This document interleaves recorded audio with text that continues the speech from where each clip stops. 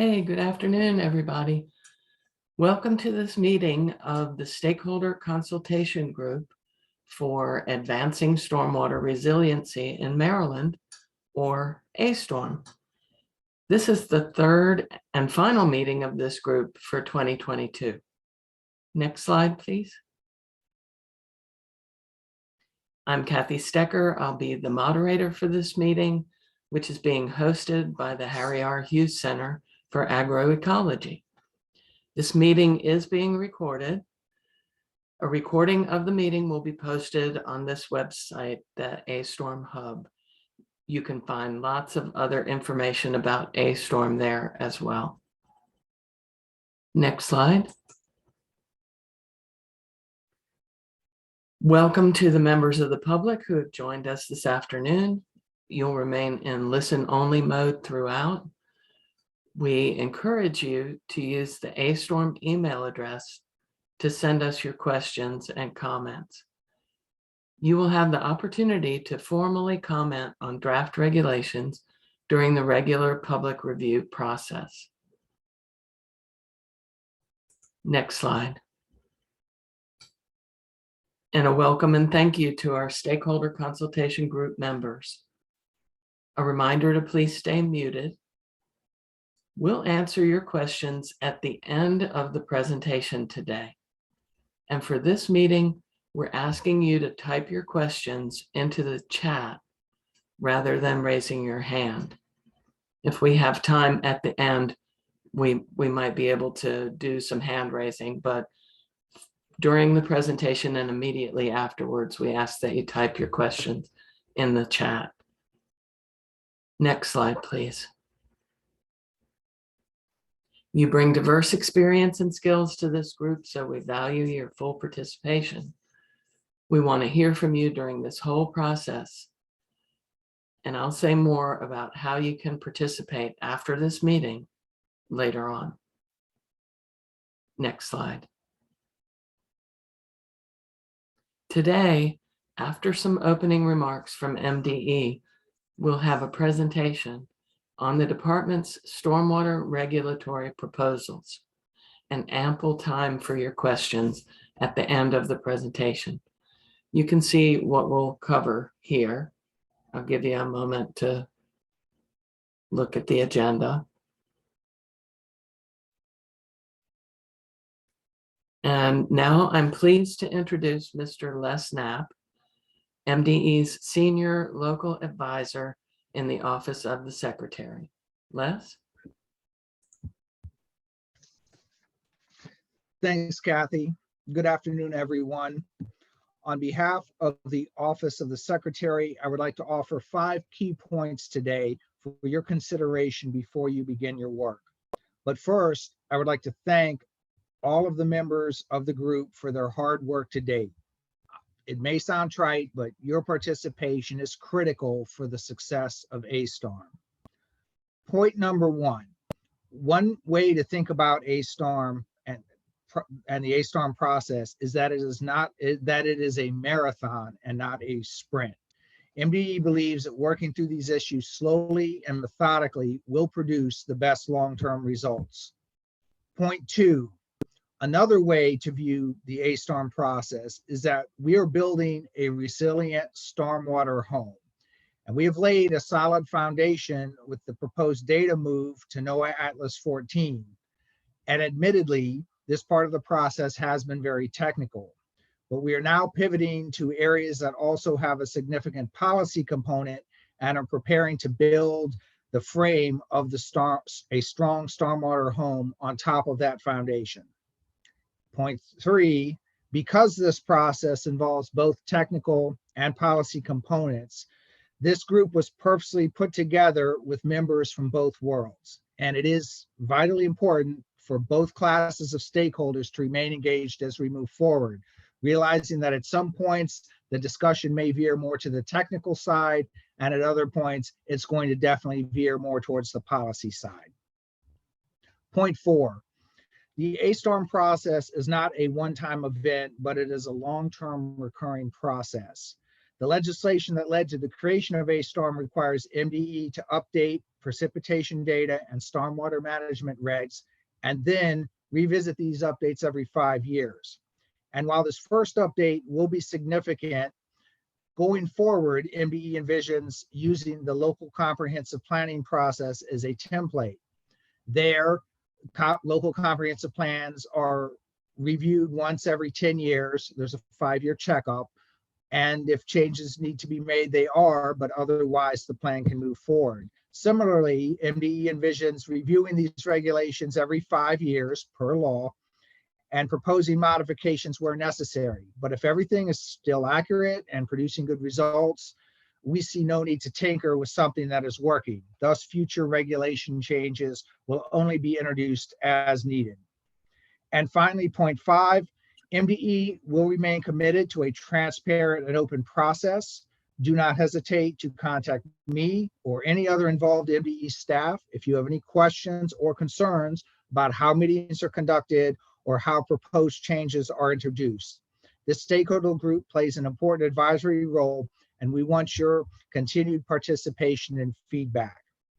With that, thanks again. And now I will turn the presentation over to Stu Comstock. Stu has been with the state stormwater management program for over 30 years. He has overseen the last 2 major updates to Maryland's stormwater regulations, and he understands equally both the technical and policy aspects of these regulations. And we are frankly very fortunate to have him working on this issue. Stu. Thank you, Les. Next slide, please. There was a lot of information presented to you at last month's meeting. I know I did a lot of the presenting. Most importantly, we discussed the differences between the older precipitation information found in technical paper, or TP40, and the newer information found in NOAA Atlas 14 that was published in 2006. We also said at that time, I'm going to restate now, the department is going to move forward with adopting NOAA Atlas 14 as the official source for precipitation data. Again, TP40 is no longer supported. NOAA Atlas 14 is the foundation for the climate change models, and some jurisdictions are already using Atlas 14. So again, we're going to move forward and adopt NOAA Atlas 14 because the climate change models use it, and we are still looking into which climate projections should be used. Next slide, please.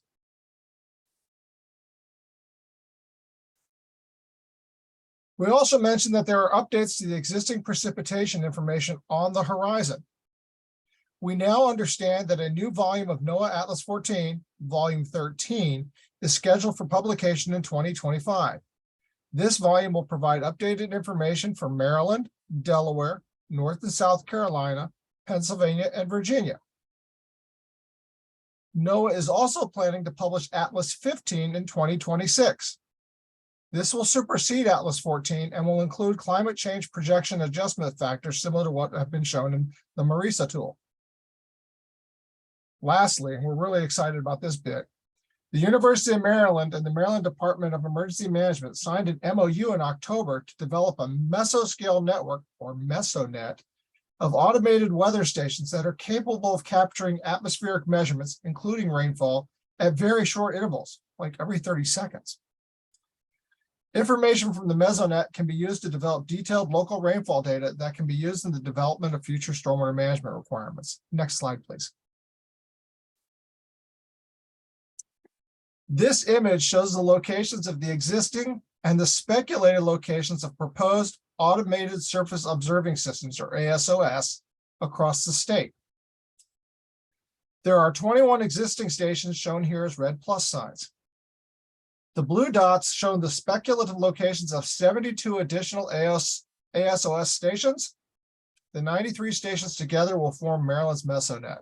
This is very exciting for us. The information should prove very valuable in mapping out local weather patterns. Next slide, please. Can you spot the stormwater management in this image? If you guess that the gardens in front of each of the units here are stormwater practices, you are correct. These are landscape infiltration practices, and they capture and treat runoff from the rooftops of each unit. This is a great example of environmental site design, and it's located on West Street in downtown Annapolis. I'd like to spend a few minutes this afternoon to discuss the department's plans to make the environmental site design or ESD, as we commonly call it, criteria more resilient. Next slide, please. But first, let me provide a little bit of background information about ESD. The Stormwater Management Act of 2007 required that ESD be used to the maximum extent practicable, or you'll hear us call it out as MEP, to mimic natural hydrologic runoff characteristics and minimize the impact of land development on water resources. According to the Act, ESD must be used to address new and redevelopment stormwater management requirements, and the MEP standard was met when channel stability and 100% of the average annual pre-development groundwater recharge are maintained, non-point source pollution is minimized, and structural stormwater management practices are only used if determined to be absolutely necessary.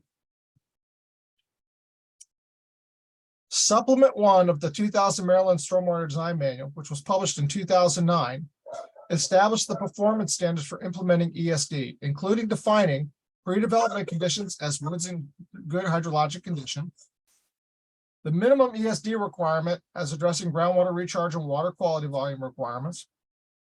It established full compliance with the ESD standard as addressing the channel protection volume requirements, or capturing and slowly releasing the runoff from the 1-year 24-hour design storm. And it also defined the 1-year 24-hour storm from Maryland as 2.7 inches over 24 hours. That was the average value for that storm across the state. This was the design precipitation value for the ESD standard. Next slide, please. Supplement 1 of the design manual. Pardon me. The ESD volume is the increase in runoff volume from wooded conditions to the developed conditions for a specified rainfall amount. That is currently 2.7 inches. The goal was to address water quality and stream channel erosion concerns. 2.7 inches of rainfall is the average value for the channel protection requirement in Maryland. It was decided that if 2.7 inches was used as the ESD precipitation value, that we could use the ESD requirement to also address channel erosion control concerns. The specific volume of water needed to address ESD is determined using table 5.3 in the design manual, and sizing criteria for the various ESD practices found in Chapter 5 are also based on 2.7 inches of rainfall. Next slide, please. As part of the A-Storm effort, the department is considering revising the ESD criteria to promote resiliency and address future changes in precipitation patterns associated with climate change. Next slide, please. We know that rainfall frequency, intensity, and peak discharges will increase as our climate changes. Recognizing this, we are investigating how to best implement changes to the state stormwater management program, including ESD, to address these concerns. As always, capturing more volume is always going to be better for treating water quality and mitigating local flooding. The mantra around our office for years has been, more stormwater is better, always go with more. So, the department is proposing to increase the ESD performance standard. The question is, how much should that increase be? Next slide, please.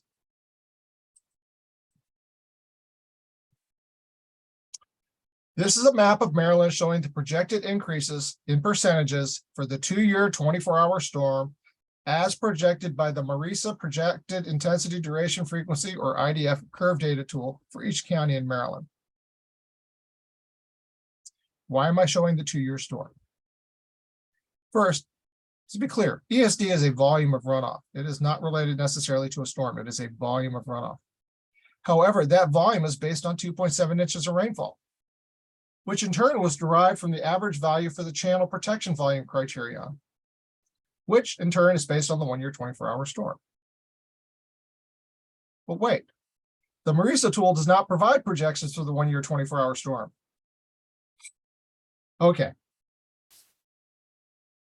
So we have looked at the behavior of the 2-year storm as a reasonable predictor of small storm increases related to climate change. We're using the closest relative to the 1-year storm, which is the 2-year storm, and using that behavior as the model for what may happen for the 1-year storm. As you can see, the percent increase varies across the state. It goes from 16% in Washington County to, I think 11% down in St. Mary's County. The average projected increase for the 2-year storm across the state of Maryland is 13%. The percent increase for the 1-year 24-hour storm should be similar to that shown for the 2-year storm. It should be around 13% as well. Again, ESD is a volume of runoff based on 2.7 inches of rainfall. If we apply a 13% increase to the current ESD precipitation standard of 2.7 inches, the projected value should be 3.05 inches. 3.05 inches is a horrible number to work with. So we're going to round it to the nearest tenth, which is 3 inches. Again, this is a volume based on the runoff from 2.7 inches of rainfall.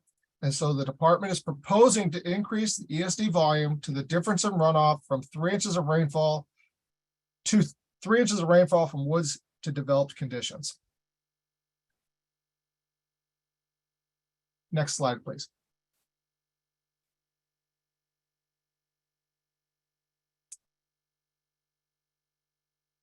Okay, we're still early in this race, and I, somehow we got to showing pictures of me trying to struggle through a distance race here.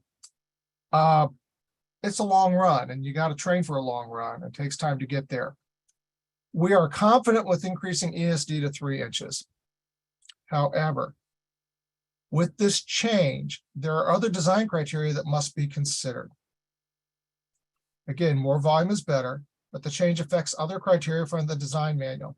Most notably, the volume requirements that are needed to reduce runoff to reflect woods in good condition, and there's other criteria that I'm going to discuss shortly. Next slide, please. We will need to consider the impacts of increasing ESD from 2.7 to 3 inches on how individual practices are designed, both for ponding and conveyance of runoff into and out of these practices. Next slide, please. Okay. The image on this slide is a screenshot of one of the 4 subcharts of table 5.3 that is found in chapter 5 of supplement 1 of the design manual. Currently, table 5.3 is used to assess compliance for ESD. Table 5.3 includes factors for soils. This happens to be the chart for B soils. Percent imperviousness, which is on the far left of the chart there. And developed runoff curve numbers, which are shown there next to the percent imperviousness. The table goes up to 2.6 inches, but is actually based on 2.7 inches.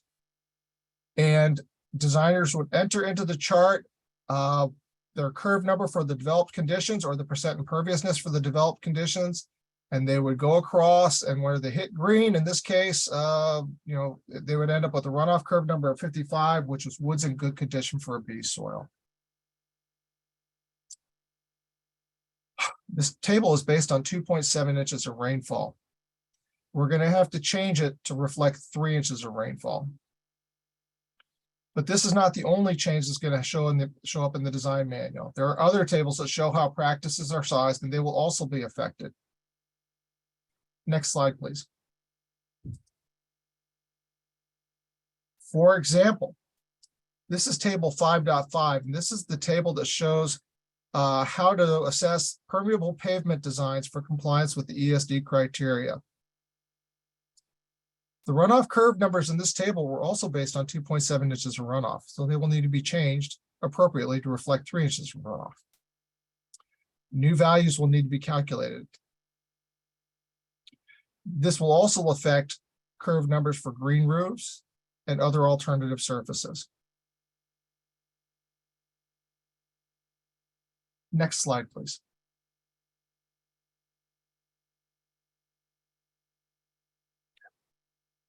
In this image, runoff is conveyed into the bioretention area you see on the upper part of the slide through a series of curb cuts set at a 90-degree angle to the flow path along the curb. Typically, curb cuts like these are sized either for the volume within the practice or for a 24-hour duration design storm and the flow from that storm. Storage and conveyance requirements for individual ESD practices may not be sufficient to capture and store runoff from the shorter, higher intensity storms that are anticipated as our climate changes. So, to address this and promote resiliency in our ESD practice designs, we are considering revisiting additional changes to individual ESD practice criteria. Again, this is to promote resiliency to potentially changing weather patterns. Next slide, please.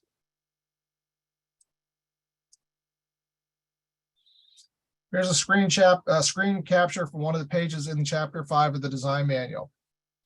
This happens to come from the section on microbial-retention practices. And in that section, it says that microbial-retention practices shall capture and store at least 75% of the design ESD volume.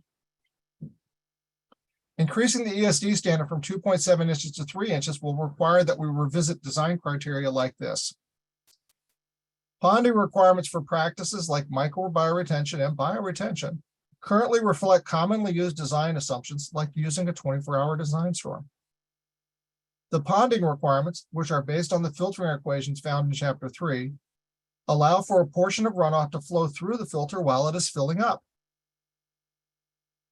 For this reason, filters like bioretention and microbial-retention only require storage for 75% of the design runoff volume on top of the filtering media.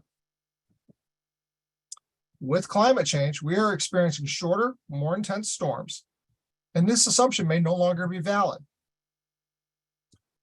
Therefore, we are considering increasing this volume to ensure that all of the design runoff is captured in these practices prior to filtering. So temporary ponding criteria for several practices will need to be increased to fully address the design ESD volume. Next slide, please. So quickly, some brief take-home points. The department is proposing to increase the design standard for ESD from 2.7 inches to 3 inches to account for climate change projections. Changing this standard will affect other ESD design criteria. The department is considering additional changes within the design manual.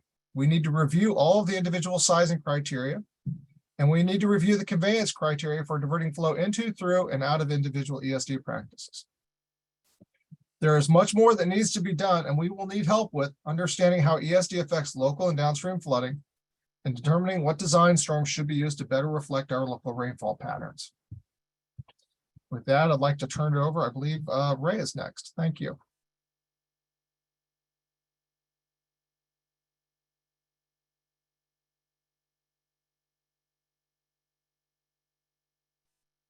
Good afternoon, everybody. Ray Barr, I'm the Deputy Program Manager for Stormwater, Dam Safety, and Flood Management. And I'm going to try to wrap things up for us from the department's perspective on our regulatory initiative to date. And then the important part of this meeting is to give you all an opportunity to discuss these initiatives with us and with the other stakeholder group members in the room. First of all, last year, we completed our plan for addressing Senate Bill 227 and submitted it to Maryland's General Assembly. Since then, we've continued to follow that plan, and that has resulted in much of the work that we have presented to this stakeholder consultation group over the last several months. Stu and others have presented in great detail the most recent precipitation data available, and also research regarding climate change projections that we are contemplating using to update Maryland stormwater management regulations. As part of this process, the department has investigated flooding events since 2000, and much of this work can be found on our A-Storm Hub and website. We understand that much more needs to be done in investigating these flooding areas and working with local officials to determine why these flood events are happening. Only then, and with a sound understanding of why the flooding is occurring and how stormwater contributes to that flooding, can we confidently begin updating the state stormwater quantity management regulations. Finally, the law requires the department to revise stormwater regulations as necessary. And we have discussed and shared with you some significant changes that the department is proposing for 2023. These include requiring the use of Atlas 14 instead of TP40 and increasing the ESD to MEP volume from 2.7 inches to 3 inches, making our water quality BMPs more resilient to climate change. Next slide, please. I want to share a larger perspective with you of where we've been and where we're going and how these regulatory changes fit into that process. The diagram on the bottom left of this slide depicts climate change and the increase in flooding that we're experiencing in our communities. This was the impetus behind Senate Bill 227 that became law on June 1st, 2021. The department's response was largely in our Advancing Stormwater Management in Maryland, or A-Storm, that you've been hearing about from us. We launched this in an effort to help mitigate flooding events in our communities, and the end goal, which is depicted in the top right of the slide. In between these two diagrams summarizes all of the actions, interactions, meetings, research, and outreach the department has conducted in the last year and a half to support this effort. One of the most important outcomes from the A-Storm process has been the breaking down of silos. Through department reorganization and meeting with many of our sister agencies and the local governments that implement stormwater management programs in Maryland, we have discovered that flooding in Maryland is so much bigger than just stormwater management for new and redevelopment. And we now have a better understanding of how our stormwater program fits in and how we can partner more efficiently with the other agencies involved in flood mitigation. Next slide. If you leave with nothing else today, please take this organizational concept back with you. As a community, all of us, local, state, and federal agencies, nonprofit organizations, academia, private consultants and industries, and really anyone who has a hand in the mitigation of floods, we need to continue breaking down these silos because we know that more collaboration and more resources are needed if we are truly going to combat the growing challenge of climate change. Next slide, please.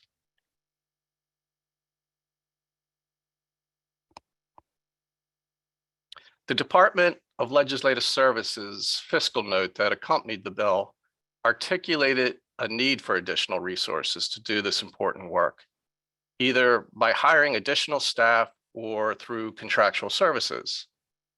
We've done okay in this regard. We've allocated some of the department's Chesapeake Bay grant money resources to fund Maryland Environmental Services. They've primarily helped us out with the A-Storm website and outreach. The department has also been meeting and will continue to meet with technical advisory groups, or what we call tags, for regulation, for watersheds, for GIS. These tags are mostly composed of local officials and stormwater experts that are volunteering their time for this important initiative. Next slide. We've also been lucky to collaborate with the University of Maryland. For example, the Hughes Center for Agroecology.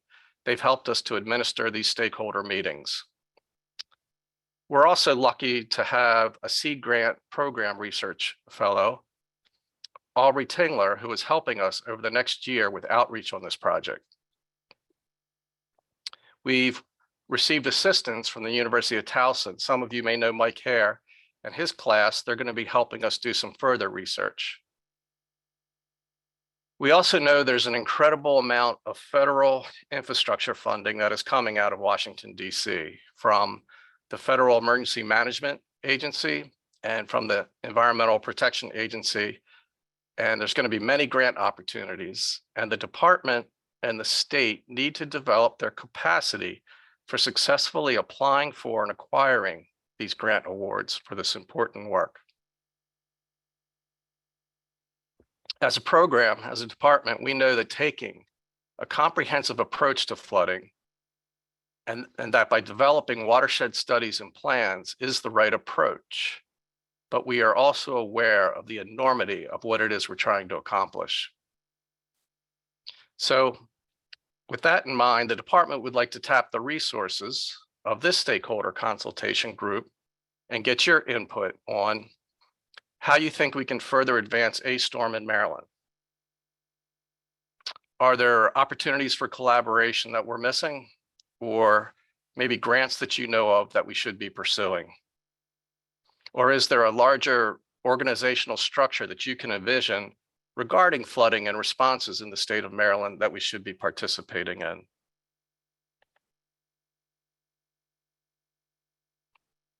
And finally, I'd just like to say the legislation did not discuss stakeholder consultation group term length, but we'd like to be able to come back to the same group in 2023 and over the next several years as we build on the foundation that we've shared with you thus far and work toward additional water quantity regulations and integrating stormwater management into the more comprehensive watershed management approach. So our final ask is that while we need your input on the department's regulatory changes that Stu has proposed for you earlier today, we hope that you choose to remain engaged with us as a stakeholder for the duration of this marathon as well. And now I'd like to turn the meeting back over to Kathy Stecker. Thanks, Ray. Well, now it's time to hear from you, your thoughts on the department's regulatory proposals, plans for the future, and opportunities. We have allotted the rest of this meeting for questions and comments. Don't worry though, this is not your only opportunity. We want you to send us your comments after the meeting, and I'll say more about that a little later. For right now, let's go through the questions in the chat. So 2 similar questions from Jen Dininger. Why not round up to 3.1 inches? It will only get wetter as years go by. And then also increasing the ESD volume from 2.7 to 3 is only an 11% increase, which is lower than any of the percentage increases in storm volume predicted by Marisa for the counties. Why not raise the ESD volume higher than 3?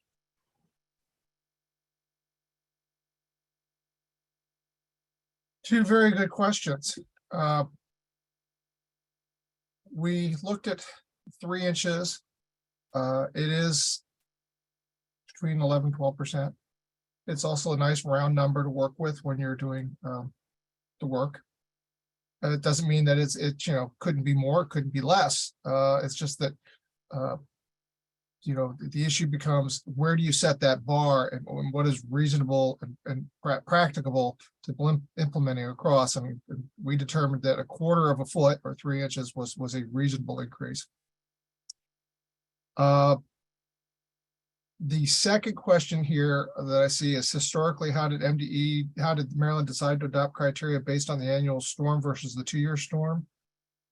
And yeah, I know different jurisdictions use different design storms. For the reason we went with the 1-year storm versus the 2-year storm, you have to go all the way back to the late 90s during the development of the original stormwater design manual. At that time, it was found that 2-year peak management was actually causing more stream channel erosion than it was preventing flooding downstream, mostly because it was maintaining erosive velocities in stream channels for a longer period of time, much longer period of time than if you did no management at all. So we did away with the 2-year peak management requirement. But at that time, we realized we needed to do something to protect receiving channels from erosion. And so the prevailing research at the time suggested that if you managed something near 1 inch for water quality in conjunction with managing something near bankful discharge, or over managing something near bankful discharge, you would have a successful program for managing channel erosion. Well, the 1-year storm is slightly less than bankful discharge in most urbanizing stream systems, and we are over managing it by doing the channel erosion, channel protection volume. We didn't rest our laurels on that, however. The NPDES permits that were issued in the aftermath of the design manual had monitoring requirements for the at that point they were called the unified sizing criteria, and there was a lot of monitoring information that indicated that the channel protection volume, which is based on the 1-year storm, was functioning in reducing downstream channel erosion for stormwater management purposes. So that's why we chose over management of the 1-year storm in conjunction with water quality for the core of the unified sizing criteria back in 2000. Now, it was chosen as the ESD volume marker in 2007 because it was felt that if we were going to encourage better site design, we needed to do something more than just require ESD for the water quality volume. So we set the bar a little higher and combined the channel protection volume with the water quality volume and groundwater recharge volume as the new ESD volume. So that's why that decision was made in 2007, was to encourage more integrated site design throughout the state.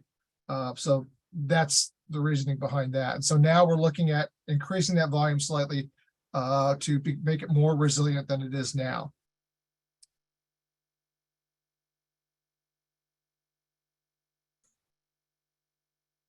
So there's 2 more questions. Have you answered the one about from Karen? The current 2-year storm is about 3.2, add 13% yields 3.6 inches. I know this would be challenging, but we are already overwhelming stormwater controls. There's a diminishing return as you increase the rainfall rate.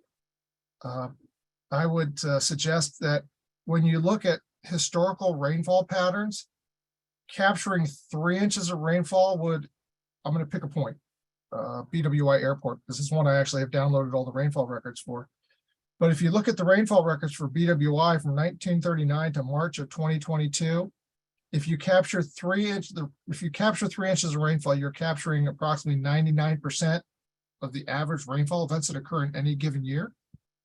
You're also capturing like 92-93% of the average runoff that might occur. So it's a convenient point where the diminishing returns are going larger than 3 inches, is you're not picking up too much more. So when you're talking about cost versus benefit, there's that break point, there's the inflection point, and we believe it's right around 3 inches. So that's one of the reasons we've chosen 3 inches as the new ESD volume. And then Jen follows up with page 3 of the A-Storm report under defining of a flood event says MDE plans to work with local jurisdictions to more consistently define flood events as used in the statute. What is the status of this item?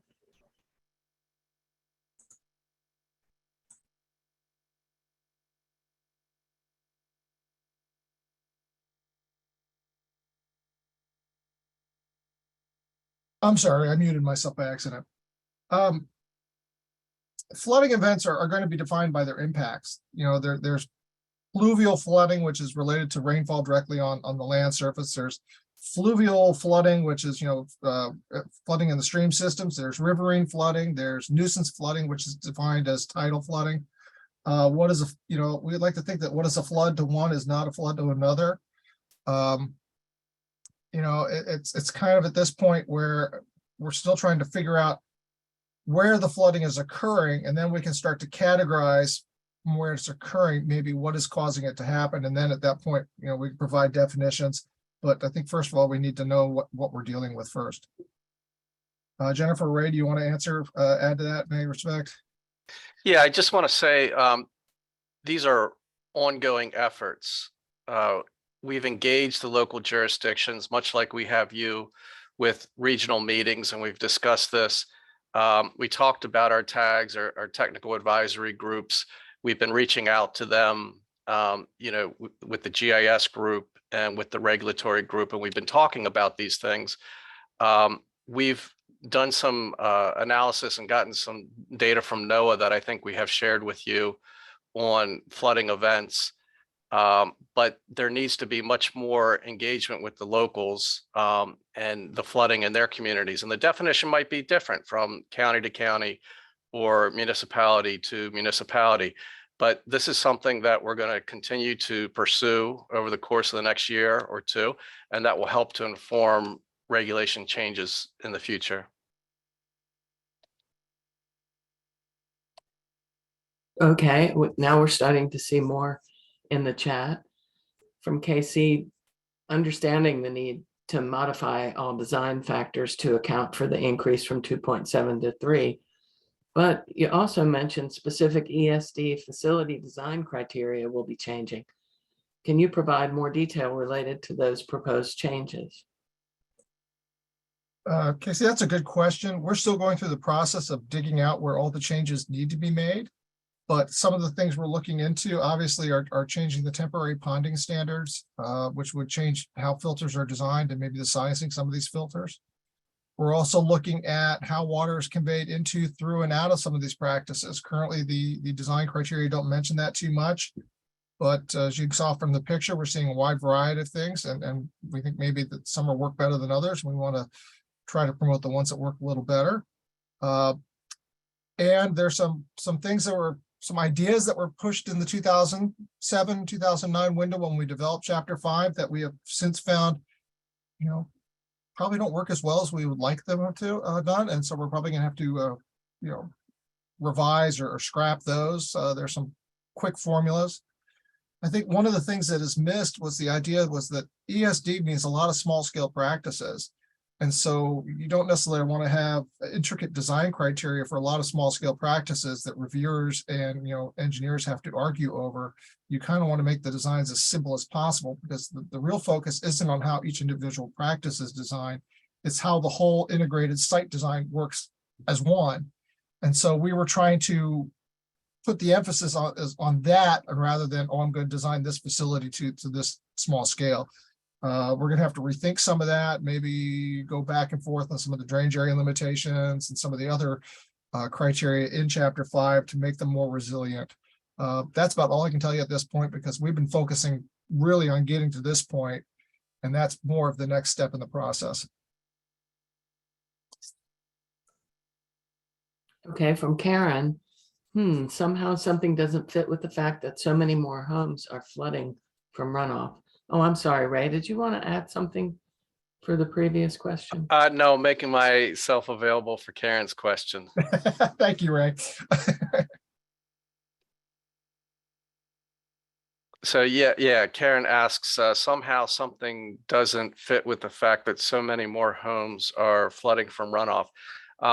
When you go back and read the law, we needed to update both the water quality and the water quantity. And I see there's additional questions about water quality and water quantity BMPs here. So, this is our first step. We feel it's an important step to make our water quality BMPs, ESD to the MEP, more resilient to the changing storm side. Yes, there's more homes that are flooding from the storms that we're seeing, but is that because of stormwater management for new or redevelopment, or is that a downstream culvert that's been sized maybe for a 10-year storm? This is where we believe that the long-term approach is to do larger comprehensive watershed studies. We haven't had the time or the resources really to do that. That's something that we're trying to pursue. We would like to hear from you all about opportunities to collaborate with you, to work with you. How are we going to build these watershed studies? And that's really when and it's connecting the dots too. Right now in our regulations, we have no authority over those downstream culverts and things of that nature, which is causing a lot of this flooding. Do we need more regulations that allows the state to control that, or is that a local prerogative? And should we be informing them? Should they be coming up with watershed studies that investigate these areas that are flooding on a routine basis? And looking at the big picture, There's also the riverine flooding and the coastal flooding, and all of this is coming together that's causing a lot of these flooding events, but we're not there yet. One of the things that we've said all along is we don't want to be hasty here because there can be unintended consequences. A lot of people in this community learned this back, in the 80s and 90s and the early 2000s when we were doing 2-year peak management and 10-year peak management. And a lot of people thought that that was the answer. But the reality was when we were doing 2-year peak management, we were exacerbating the flows on the stream channels and they were eroding. So we believe that we need to take more time here to investigate these things further. We need more data and we need more research, and we're looking to going towards the comprehensive watershed approach so that we effectively mitigate flooding as much as we can. So Karen, did you have a very brief follow-up? Yeah, thank you so much. And I appreciate this conversation. I know it's a marathon. I know it's complex. I guess, I'm not talking about, there are problems with the culverts and the backing up of the stormwater system itself. But in areas where there's a increasing amount of imperviousness, there's increasing amounts of runoff, and we have a slightly hilly area. And so that cumulatively affects the homes that are downhill of all the other homes, right? So I'm wondering, when you take up the watershed issue, perhaps one should think about regional, concrete sheds, like you might want a different factor where there's a larger percent of impervious cover versus where there's a lot of natural areas. So, the one size fits all doesn't necessarily work, especially since we're already, every time there's a rain, we hear more people who are flooding who've never flooded before. So it's not clear to me how we're going to get to the integration of quality and quantity, because I feel like we're still talking about them in silos rather than looking at how, if your on-site stuff is overwhelmed, it ends up in the stormwater systems, which is a whole different, law, and it's also causing erosion, I'm sure. So anyway, I think you have to deal with the design storms of buildings, because it's like building by building, right? As opposed to, this regional area, let's look at Bethesda, where all the old little houses from the 90s are now ginormous houses that are completely covering the lot practically. So, it really is a difference on how much space you have to infiltrate water and how much space you don't have. Thanks, Karen. And I think you're making the argument for the watershed studies because each watershed is unique, and that new and redevelopment is in that watershed and contributing to that. And if we have a one size fits all across the state, it might not address that particular location. And that's why we need, additional data for those watersheds, see how stormwater management fits in with the older development and the other things that are going on in the watershed. Okay, thanks. From Stu Schwartz, we have, could you clarify the water quality versus flood control contributions of design storms? For example, for practitioner clarity, are ESD criteria largely distinct from flood control criteria? Stu, thank you for bringing this up. This is a very good question. Back in, again, I'm going to pull out some what is at this point in time almost ancient history. I put antique tags on this one. Back in 95, 96, 97, when we developed the design manual originally, one of the things that we saw happening was when you start dealing with design storms and timing of storms, there's a lot of room for altering criteria, playing games with our criteria. So we established a program that, from the state's perspective, required a volume of runoff to be controlled. There was a recharge volume, there was a water quality volume, and there was a channel protection volume that required across the state. There were also flood management criteria that were optional based on local concerns. We say optional, but basically if the local jurisdiction did not have control of the floodplain, then, or they had historic flood problems, they'd better be implementing flood control. So from the perspective of water quality and channel protection, we have always referred to them as simply a volume of water that you're capturing, treating, and in the case of channel protection, slowly releasing to mimic more of a natural or base flow condition. This is distinct from flood control criteria because most flood control criteria is based on matching a flow of water, not a volume of water. So if I had a developed condition and I had a specific flow downstream that I had to match, I would design my stormwater system to match that flow downstream. Now, as Ray was just talking with Karen, one of the things that we were concerned with, and you know, her question and Ray's answer fit right into why we're trying to do this, is that one size doesn't fit all, and we can't mandate a flow control or a flood control criteria across the state in every community without understanding the problems within each community, which is exactly why we need a watershed approach, because what works in Gaithersburg may not work in Somerset County. So that's why we're very thought out in this process, and why we're looking for this extra information, this research, the local weather patterns, is because we want to make sure that when we do this, we do it right. You know, I go back to the experience of the 2-year storm that was implemented in 1984, and it took us to about 2003, 2004 to finally do away with it. So, you know, it's the unintended consequences are difficult to undo. So, Stu, does that kind of get at what you were asking there?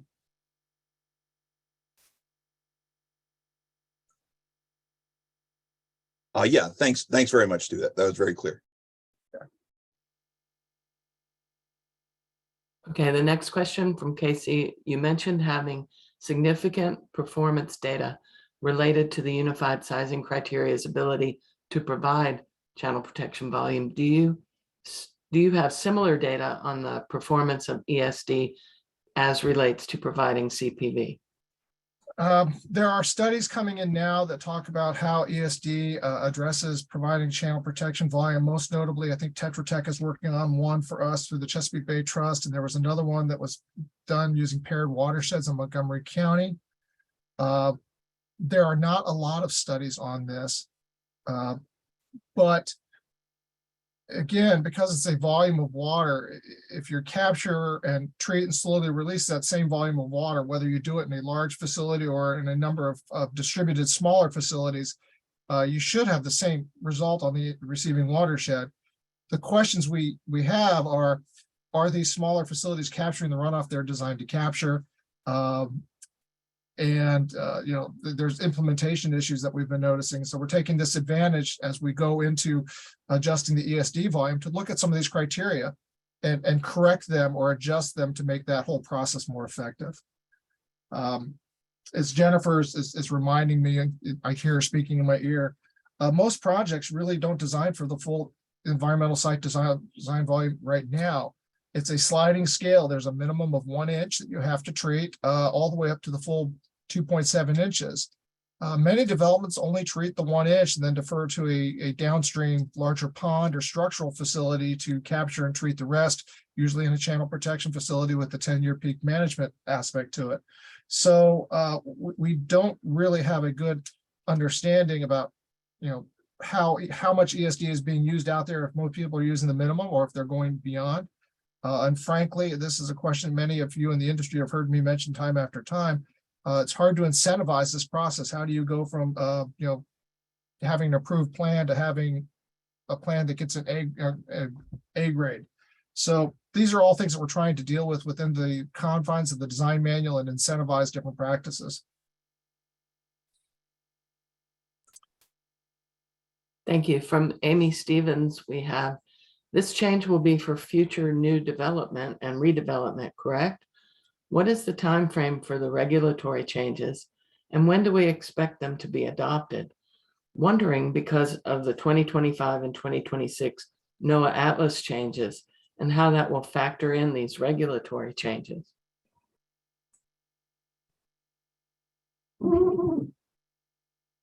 I guess I'm up again. Adopting regulations is not a short-term process. If we propose regulations in the spring of 2023, it's a minimum a 6-month process, sometimes longer, just to get them adopted. Then you have to get them adopted in local ordinances, which may take another 6 months to a year. And then, of course, you have grandfathering provisions and a lag before the new design criteria actually starts showing up in the plans that are coming down the road. So you are right, Amy, and thank you for bringing this question up, that there is always this delay from the time we start the adoption process and actually put regulations on paper to the point where we actually start seeing them in the plans. I think, however, with the adoption of NOAA Atlas 14 as the main source of precipitation data, there will be much less of a lag because the numbers are so close to what they're already using. But you're absolutely right. Again, there are dates of 2025 and 2026 thrown out for the NOAA Atlas 14 and NOAA Atlas 15 changes. We can then, because of this process where we're going to have to periodically go back through the regulations, promulgate new regulations to adopt them as the newer information. Hopefully it'll be as simple as adjusting the incorporation by reference, but we won't know until we see what they publish and when they publish it.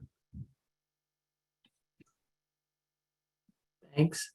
And now from Stu Schwartz, the undocumented anecdotal observation that more homes are flooding from runoff seems more complex than, for example, picking an ESD design storm depth or attributing all flooding to impervious area. Could you describe the role of watershed plans in MDE's adaptive management strategy to address flooding? Maybe the best way to do this, Stu, is to look at the Ellicott City example. We know that there's been additional development in that watershed, and yes, that needs to be taken into consideration. We all know about the floods that happened in Ellicott City repeatedly, and they were largely stormwater driven and runoff driven. And what they did was they did unique watershed studies. They used those storms and the rainfall amount in those storms they called it an extreme event that they used in their models, and they modeled the runoff through the city. But the answer was just not do additional controls for new and redevelopment. While that was taken into consideration, they took a hard look at the conveyance system and the culverts, and some of that work has been done where they've made the culverts larger.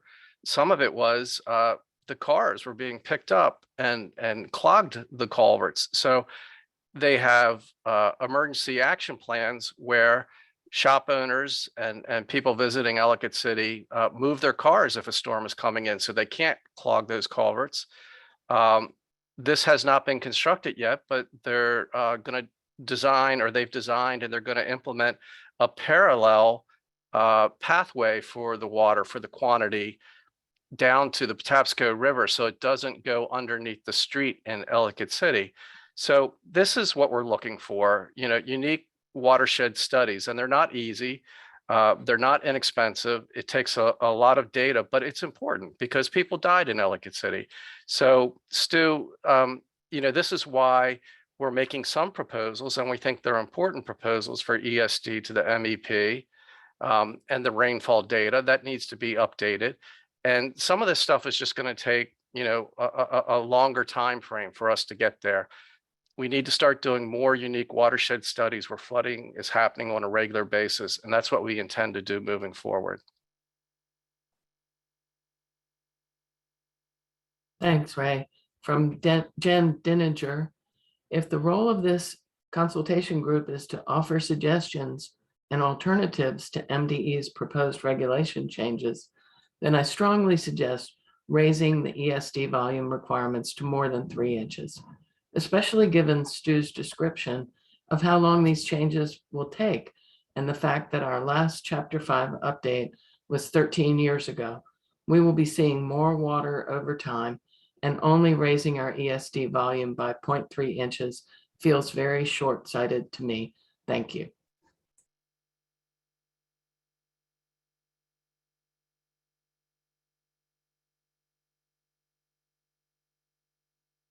Thank you, Jen, for that comment. We will take it under consideration. We appreciate it. That's one of the reasons you folks are here helping us with this today, is to offer your thoughts as well. Thank you. Okay, so it's not the end of the meeting yet, but I was thinking that while you're thinking, I could go on. Oh, Neil's got a hand raised. Go ahead, Neil. Question in, but it didn't go through. Who does it go to then? Goes to you, right? Sorry about the dogs. Sorry. Well, Yeah, we're here. We hear you. who do I send a comment to? Michelle, right? Oh, everyone else was sending them to everybody, host and panelists. Oh, okay, so I'll send it to her. Sorry about that. What? I'll repost it. You could just ask your question now. Yeah, you could.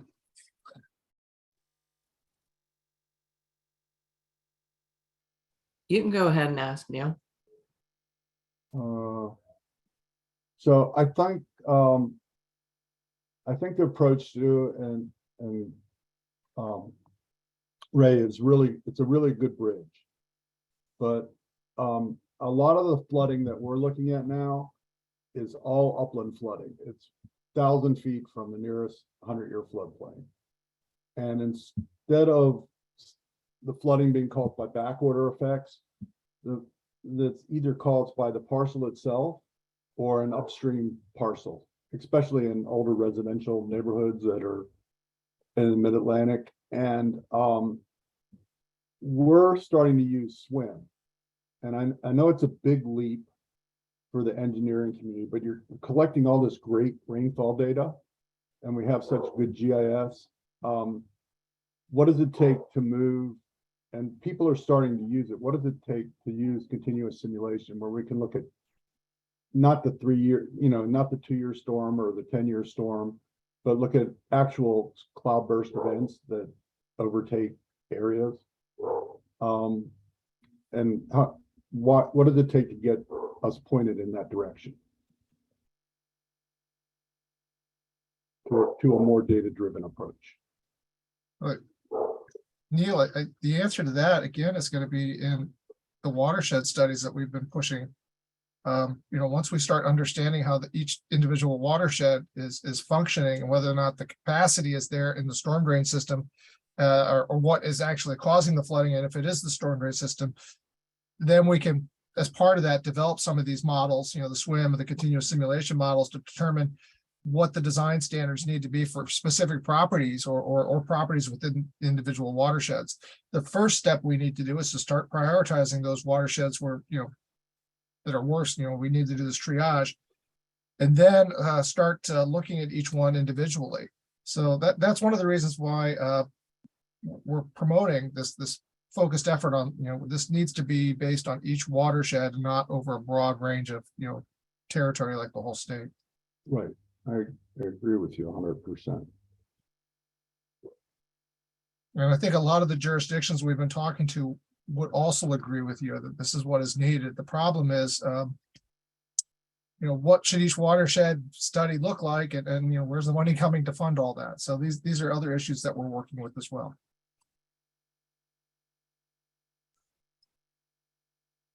Okay, thanks. And we got a comment from Eliza.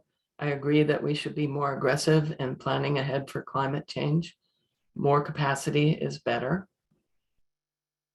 Thank you for that. From Karen. Stu, in the 90s, when you picked the 2-year and then you said it caused erosion, that was before ESD was adopted. have you reevaluated the combined effect of ESD's ponding and grade controls to evaluate potential erosion? It seems managing for a larger storm will be essential. Why not start now? Karen, I don't know if first of that's all, a question or a comment. no, I can answer it as a question. It's a good one. First of all, I want to make clear, the 2-year storm was picked in the 80s as part of the original stormwater management program. The original stormwater management program required 2-year and 10-year peak management. There was, believe it or not, no water quality requirement at that time. However, there was a practice preference that supposedly addressed it. I won't go into the details. What we saw from the 80s until the point where we were developing the stormwater design manual back in the late 90s was anecdotal. We didn't have hard evidence, but what we were seeing was a lot of stream channel erosion downstream from these 2- and 10-year management ponds. And we had modeling that suggested that we were causing more erosion. And this is actually discussed in chapter 1 of the design manual, where we talk about how the peak discharge controls from a 2-year storm actually elevated erosive conditions in the receiving channels for 2, 3, 4 times longer than if you did nothing at all. So basically, as far as channel erosion control, it would have been better to have done no management than to do 2-year peak management. But that's, again, is all discussed in chapter 1 of the stormwater design manual. When we adopted the ESD standard in 2007,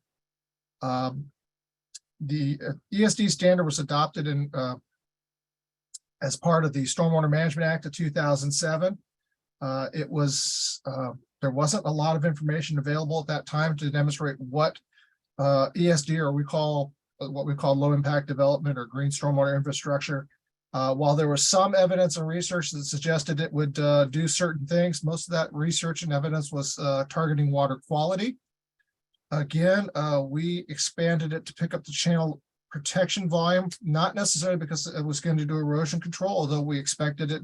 Again, if you manage the same volume, discharge it the same way, it should have the same effect.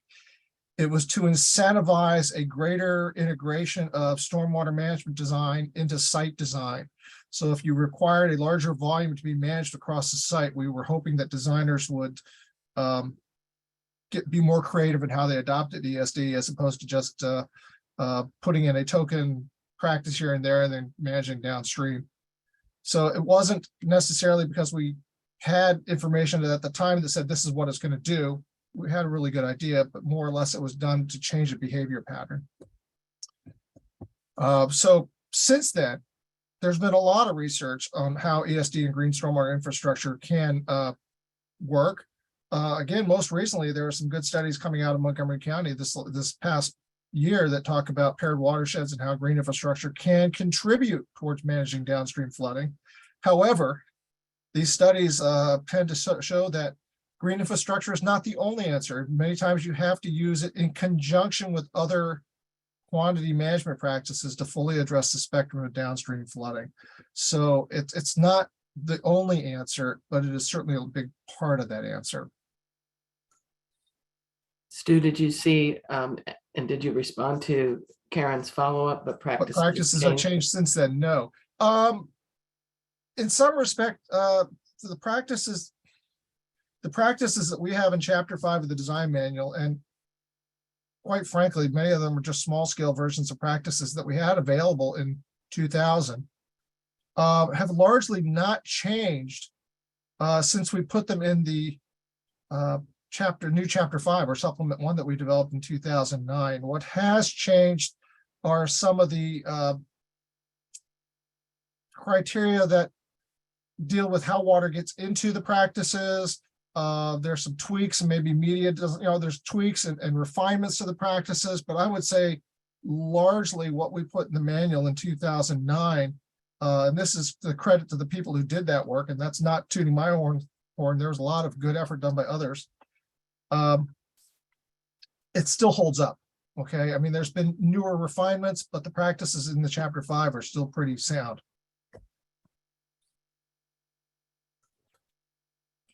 Okay, thanks. From Josh Kurtz.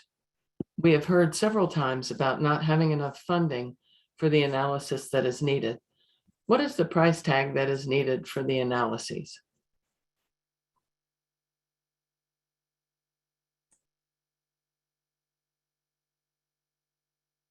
Jennifer, Ray, do you want to answer that one? So the watershed price tag, it's going to depend on the purpose of the study, the tools that we use, the availability of the data, and the scale of the areas to be studied. What we really need to do is more research on what studies have been done, who is currently working on them, and the lessons learned. We're trying right now to apply for money for some pilot watershed areas to specifically answer these questions. And once we get the answers to these questions, it'll be easier for us to provide guidance on the watershed studies.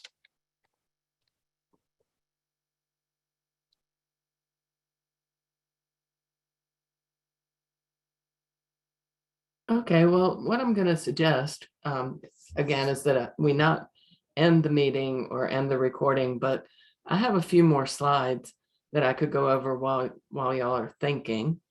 And then if there's more discussion, more questions, that's great. So we can go to the next slide. Everyone here today, members of the stakeholder group, as well as members of the public, will get a link to the recording of this meeting in a follow-up email from MDE through the Hughes Center. We're asking that the stakeholder consultation group members get comments to Ray on the impacts of the 2 proposed regulation changes and ideas on science and analyses needed to support further regulatory changes in the future. And we'd like those comments by January 17th, please. And I want to be clear that we want to hear comments from all of you, whether or not you spoke up today. Next slide. Note that we have no more stakeholder consultation group meetings scheduled at this time. The process you've just been through, along with the request for comments, is similar to the process we expect to follow with future stormwater regulation changes. We hope we can count on your participation going forward, and we'll probably be in touch next year. Next slide. For our public participants in the spring, you'll have an opportunity to review and comment on the draft regulations. You can check the A-Storm Hub for any new information. We will notify you when the proposed regulations are out for public review and comment. We will also notify you of future stakeholder consultation group meetings. Next slide. So I'm going to just leave this one up and look at the chat. We have a comment in the chat from Karen. You know, the frustrating thing about this discussion is that it leaves us with no solution. We already know that the stormwater system underground pipes are under-designed, old, and expensive to replace. It is cheaper to control water on the surface. You know, I'm going to share your frustration, Karen, but I'm going to disagree with you that it leaves us with no solution. I'm going to disagree with you because before you can solve the problem, you have to know what the problem is. And because what we're discussing is stormwater and local issues, we need to understand what those local problems are before we can come up with effective strategies for controlling stormwater, both at the surface and where necessary underground, and or possibly replacing existing storm drain systems. So, you know, again, it wasn't me who said that one size doesn't necessarily fit all here. We need to truly understand what the problem is. Is it shorter duration storms? Is it aging infrastructure? Is it you know, new development and redevelopment? Is it a combination of all of these? The answer is yeah, probably. But before we just, you know, throw band-aids on what we think is the problem, I think that we should take the time, especially with so much going on right now. I mean, the mere fact that we're going to get this mesonet of weather stations that's going to really give us a real good idea of what weather patterns we are experiencing. I mean, that alone is exciting to those of us in the practice.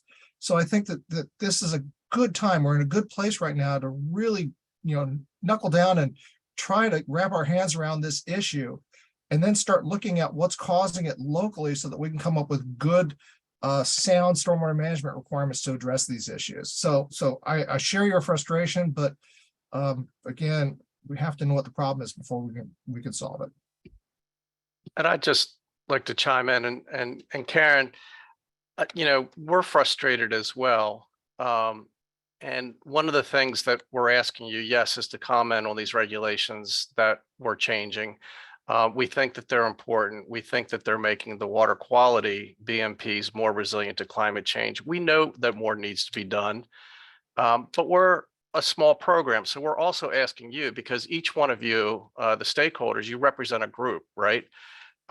You represent academia, you represent private consulting firms, you represent local governments. And one of the things that, you know, I was striving for in some of the notes that I was sharing with you was we need to, you know, do more collaboration, you know, do more together. We need to figure out, you know, a larger organizational structure, because we're just one small piece of it.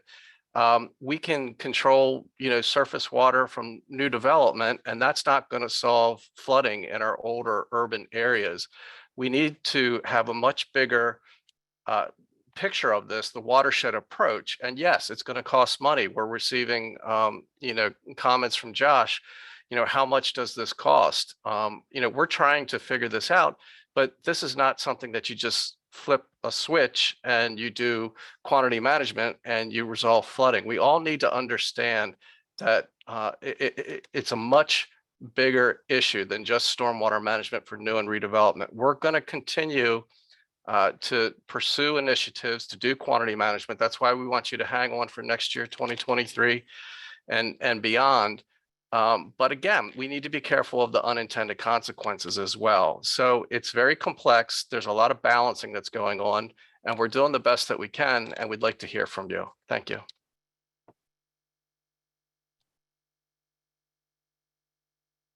Well, thanks everybody for your participation. And how about, does anybody have anything else they want to say? Anyone in the stakeholder consultation group? I won't make you type it. You can raise your hand. Well, oh, Casey. Hi, no, I just wanted to chime. I was chatting my questions earlier because I didn't realize that we could come off mute. But one, appreciate you sharing all this information with us. I think that was just massively important. As I've mentioned in previous meetings, I'm here on behalf of the Maryland Building Industry Association, and we are in the process of preparing a lengthy response with suggestions, both near-term and long-term, on this larger issue. So hopefully there's an opportunity for us to have further discussion on that information once we're able to get it to you. We'll certainly get it to you before January. Thank you. And Stu Schwartz put in the chat, I'm reminded of the old saying, if your only tool is a hammer, all your problems start to look like nails. My sense is that there's an impression that the only knob to turn to address flooding from climate change is ESD design volume, essentially a water quality criterion. My sense is that flooding is much more complex, and MDE's strategy for addressing flooding is much more nuanced than just changing ESD design depth. Anybody want to respond to that comment? I would agree. 100% agree. Yeah. Karen says, I agree, it needs to be a broader set of solutions. That's what we're hoping to do. Seriously, that's what we're trying to do by looking at this problem more holistically, looking at it, you know, from the watershed perspective and location by location, because it may not be in one location, it might not be a new development problem. And, you know, again, our regulations are for new development and redevelopment. It might be, you know, a storm drain issue. It might be a stream capacity issue. We just don't know until we start looking at each of these watersheds where flooding is occurring and start to identify it. And as we do that, we will come up with a better approach for addressing flooding. And I think that that's what we're trying to do here. So unfortunately, it does take time to do that, but I think that we're on the right path to doing exactly that. I just want to chime in and say it's actually, in the cases I'm speaking of, an impervious cover. Okay. Thank you.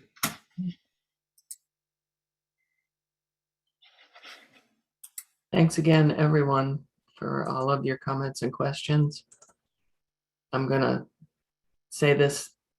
Oh, did we get another comment? We did.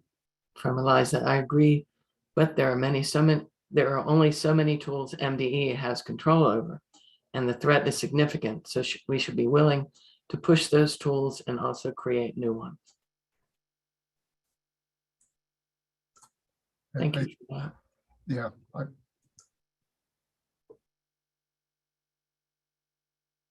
I am reminded that collaboration is a big part of this effort. I mean, we met just recently with a group of state and federal agencies in our office building to talk about efforts that were being taken to identify the problems. One of the things was, the announcement about the Mesonet weather stations.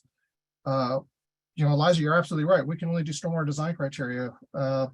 It's a larger community that needs to address this, and we are part of that community. So thank you for making that comment. It really does resonate with us. We are currently working with Maryland Department of Emergency Management, because not all of this, as several commenters have noted, is about water quality. That's what we decided to move forward with and address with our regulatory changes.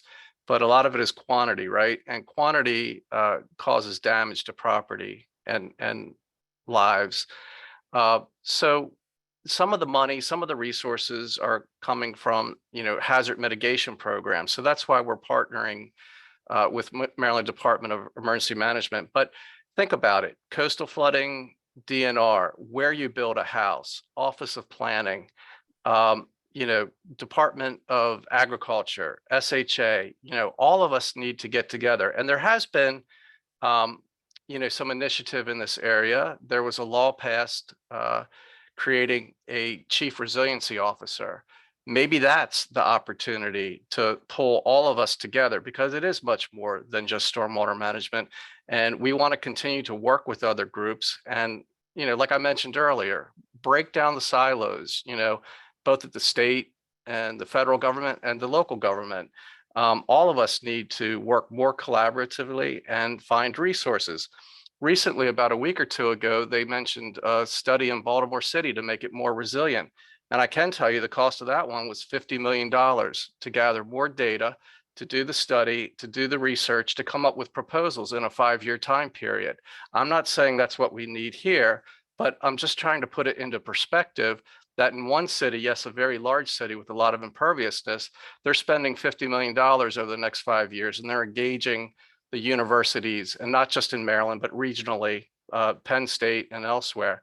So, please think big, help us out, offer us your suggestions on how we can collaborate more and pull in the resources that we need to truly handle climate change.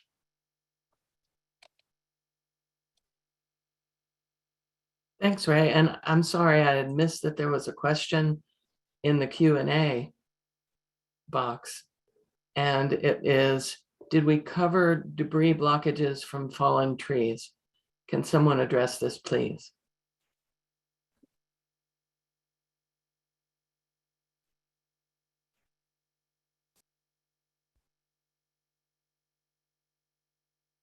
So this is a capacity issue. We did talk about cars, but we did not talk about trees. But it's all about the capacity of the system and the conveyance system and trash racks and things of that nature.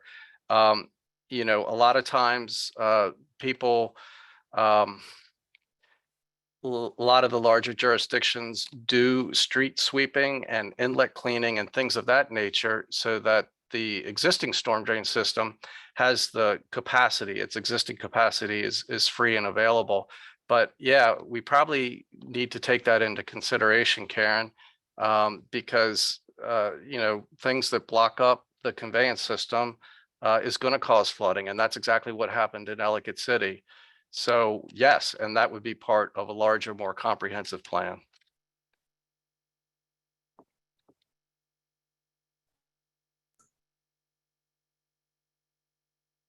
Well, thanks again, everyone. And until I conclude the meeting, you can still raise your hand, but I'll go ahead and talk about this slide just a little more. If you have any questions, as always, you can contact Ray, and any public questions can be submitted to the AStorm email, astormcomments.mde@maryland.gov. And thank you again to all the participants, especially to the Hughes Center for hosting. And going once, going twice. 3 times. Oh, thank you. Okay, thanks, Karen. This meeting is now concluded. We'll stop recording.